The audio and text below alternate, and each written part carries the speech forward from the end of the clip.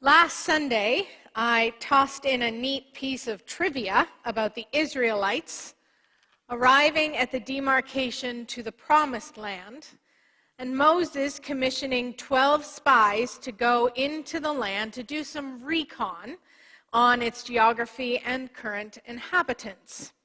They were in there for 40 days.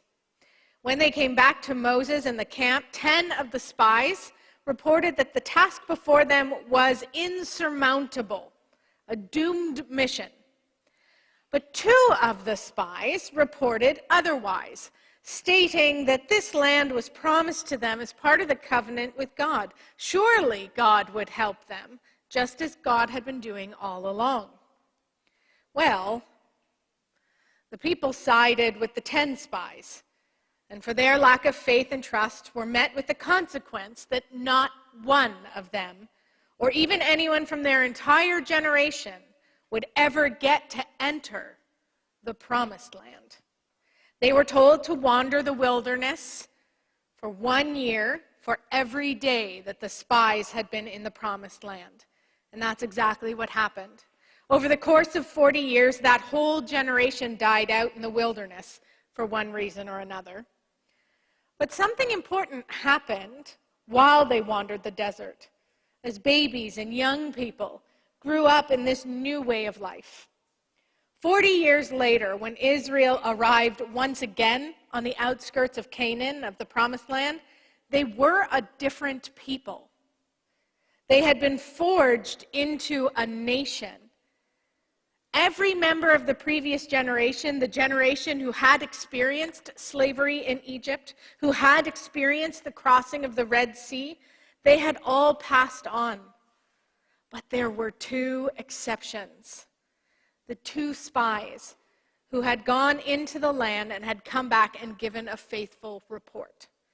Joshua and Caleb were the only ones of that original generation of Israelites to be granted permission to enter the land promised to Abraham, Isaac, and Jacob. In fact, it's Joshua who ended up taking up the mantle of leadership after Moses died. The book of Joshua is dedicated to the stories surrounding Israel's taking of the Promised Land. It's fraught with battles and slaughter, bitter defeat, and moments of celebration. It's a tricky book. It's one of Connie's least favorite books in the Bible, which is why my guess is that the only story from Joshua you might have heard about if you attended Sunday school as a kid was the story of the walls of, that's right, Jericho. You know that one. Maybe you saw it with the VeggieTales. And the only passages you might be able to immediately recognize from the book of Joshua, maybe if you wandered through a Christian bookstore's gift section, are, "As for me and my house, we will serve the Lord." Is that one familiar to some of you? That's from Joshua. And another one is, "Be strong and courageous."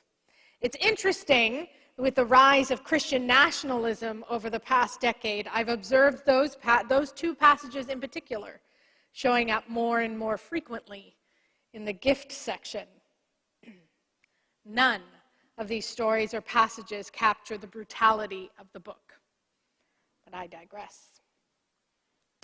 Today's story is a fascinating one because it mirrors the early events of Exodus. Here, the people of God are standing on the banks of the Jordan River.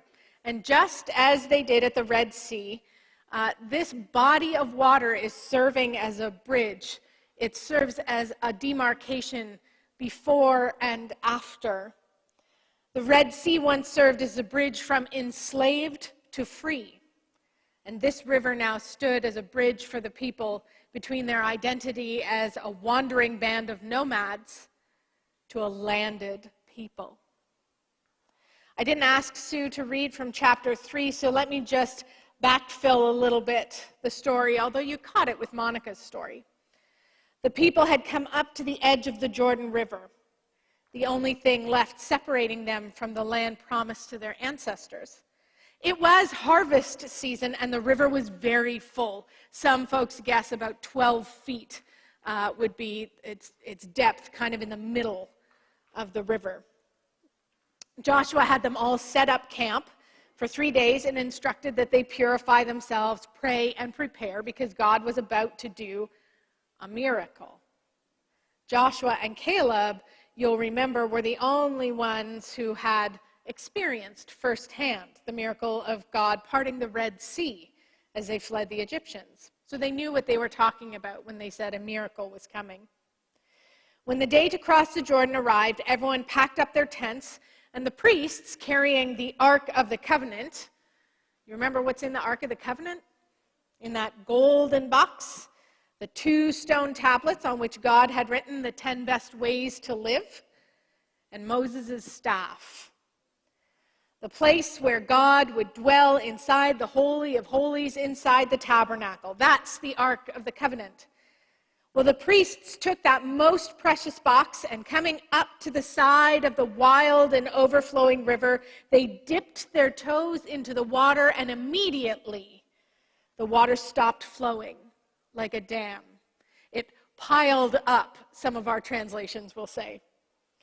And the priests and the Ark of the Covenant walked in on dry land. What a risk. There's a separate sermon in that somewhere, because I wonder what kind of courage and faith it took for them to send their most valuable possession, the center point of their worship, into the danger first. I wonder if we'd have the same trust and bravery to risk that which we loved the most. Chapter 3 ends by saying, while all Israel were crossing over on dry ground, the priests who bore the Ark of the Covenant of the Lord stood on dry ground in the middle of the Jordan River until the entire nation finished crossing to the other side. But unlike the Exodus event, there were no enemy charioteers or war horses bearing down on them from the other side. This time there was no threat. When the people of God reached the other side of the Jordan, Joshua selected 12 men, 1 from each tribe, and sent them back into the riverbed and asked them each to collect a large stone to bring back to the bank. Set them up, stack them where we make camp tonight.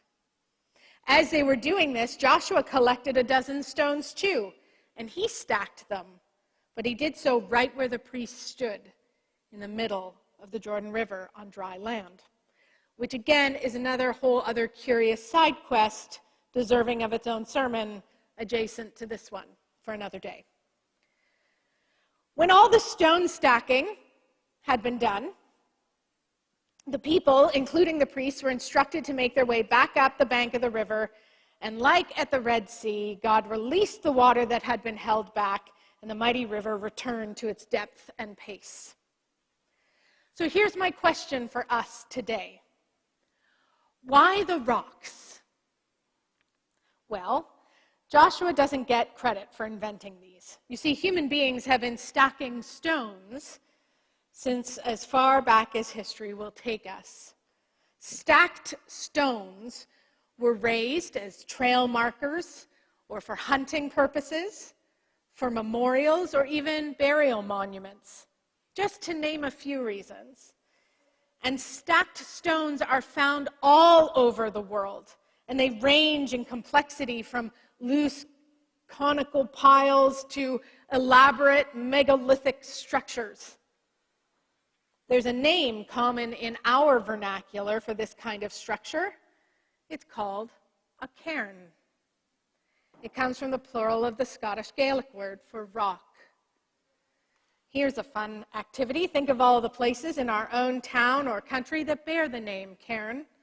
It just means rocks. I think of that every time we talk about the Presbyterian camp, Camp Cairn, Camp Rocks.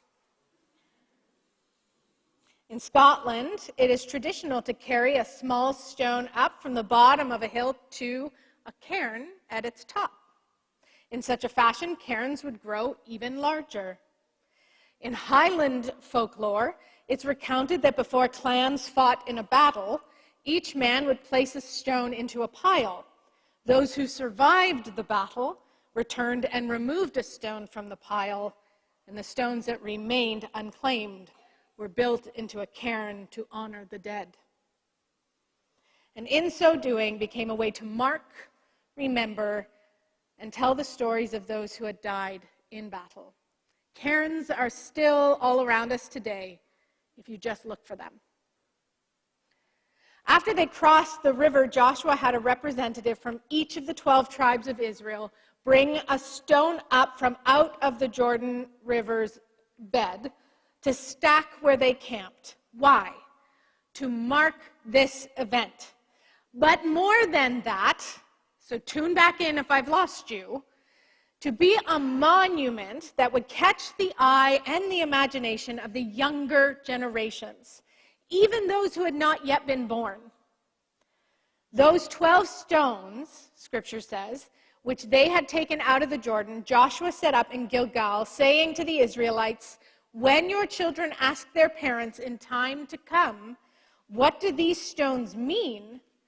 then you shall let the children know, Israel crossed over the Jordan here on dry ground." What do these stones mean? Who studied catechism as a young person? 3 of us. Come on, seriously? Okay, there's a little few more than 3. Oh boy. Okay, I mean, you're welcome to everyone else. A catechism is a summary of doctrine that serves, it already sounds exciting, doesn't it? A catechism is a summary of doctrine that serves as a learning introduction to Christian religious teaching for children, but also adult converts. The use of a question and answer format that was then intended to be memorized. This was popular, it goes back ages, but it was popularized by Martin Luther in his 1529 Small Catechism. 1529 was the year, that's right. Yeah, we're still using this stuff. It's good stuff.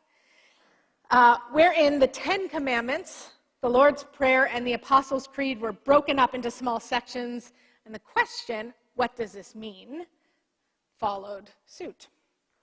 The format calls upon 2 parties to participate, a master and a student, or a parent and a child. The Westminster Shorter Catechism from 1647, that's the one I learned, has this example. What is the chief end of man? To glorify God and enjoy him forever. That would have been the chorus of all the people who knew that one, all 7 of us. I remember, wasn't that long ago, I remember having to memorize 20 of the questions in the catechism and their answers when I was in grade 8. At our confirmation, each student would be quizzed in front of the congregation. I think I got one about Noah. I don't even remember. I do remember thinking, I bet the people in the pews don't know these answers. And I could probably say whatever I want. And then God still called me to ministry. Anyway, so Joshua offers the people a kind of catechism, right? He says, when the children ask you about these stones and what they mean, here is the answer that you give them. Clear-cut, memorable, question and answer, catechesis. But actually, if you read earlier in the chapter, the question is presented differently. In verse 6, the author writes, when they see the stones, your children and grandchildren will ask, what do these stones mean to you? Which is a very different question, isn't it? What do these stones mean to you? I know what the textbook answer is, the catechism question, but now I want to know what it means to you. What does this place mean to you?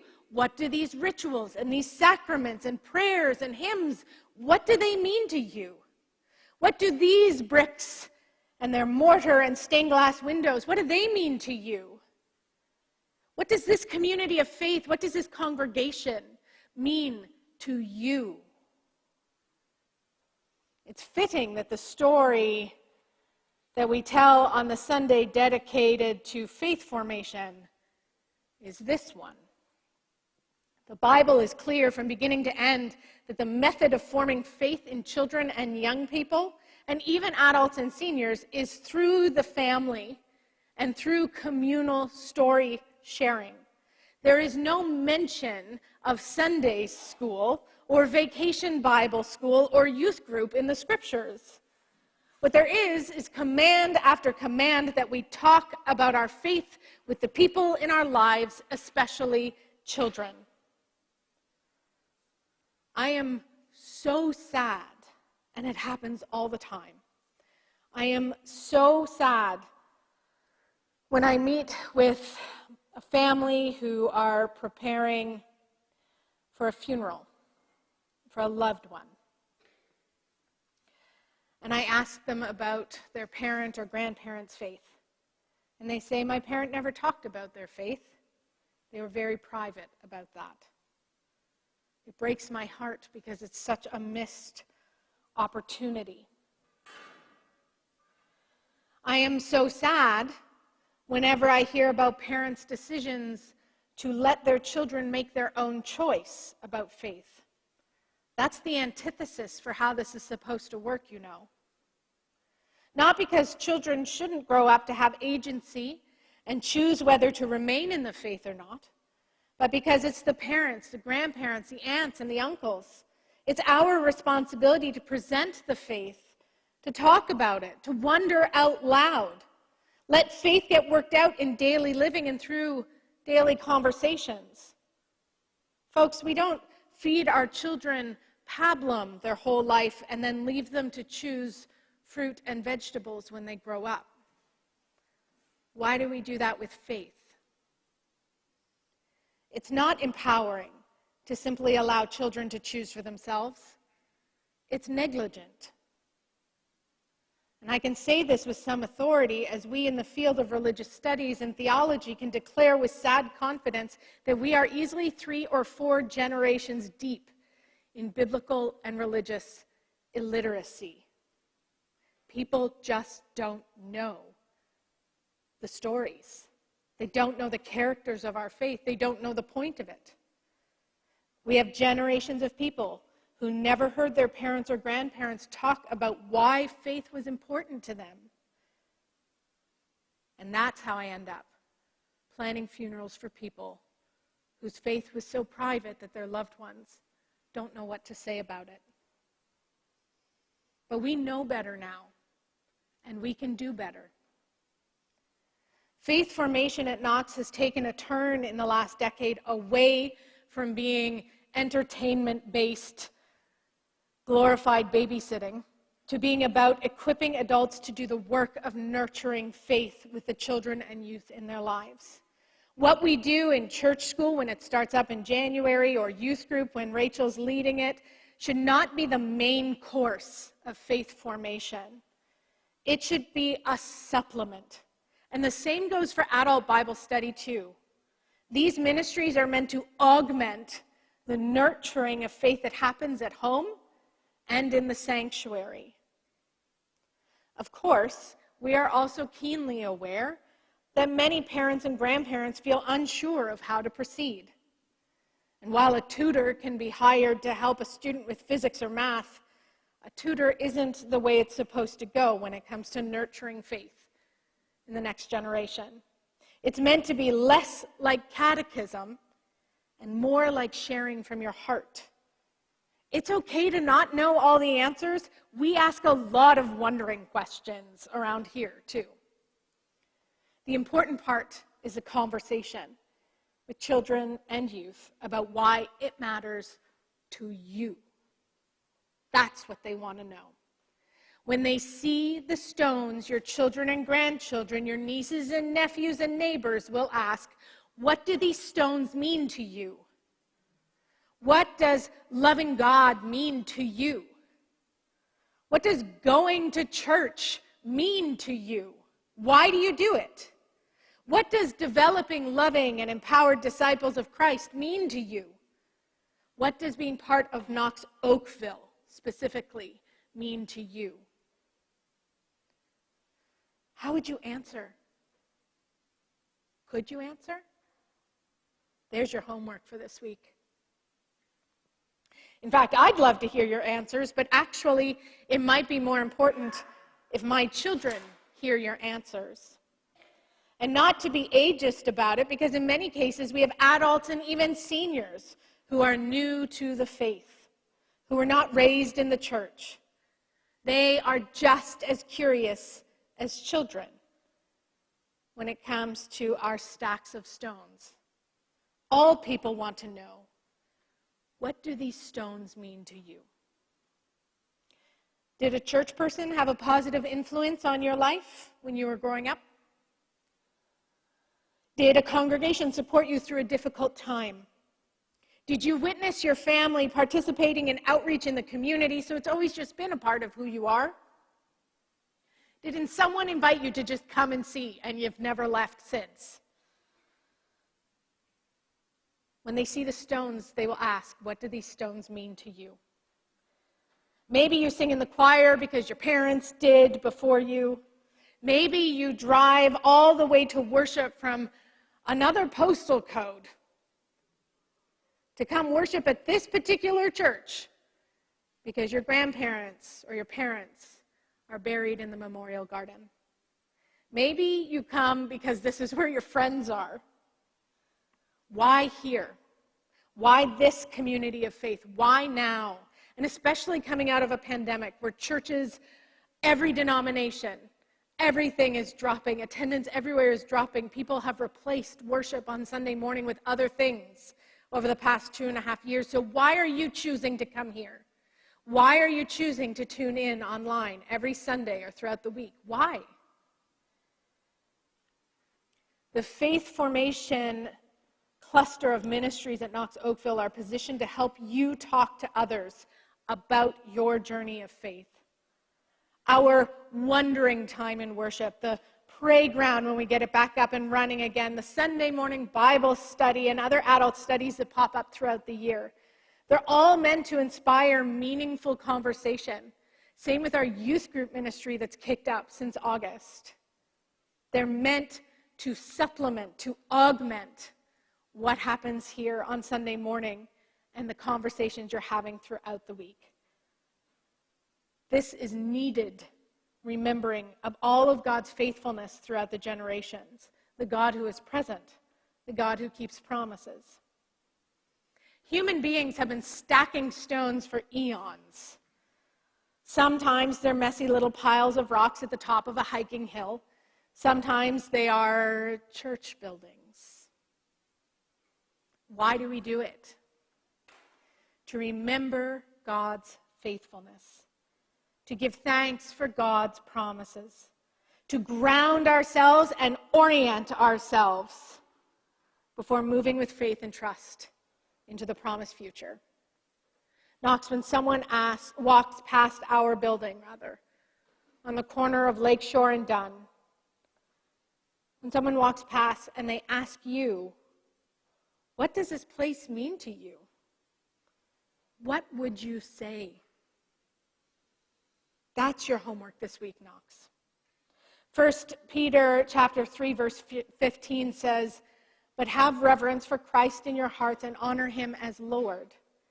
Be ready at all times to answer anyone who asks you to explain the hope that you have in you. This is how faith is formed. One person, one generation saying to the other, this is what all of this means. And this is what it means to me. To God be all the glory. Amen.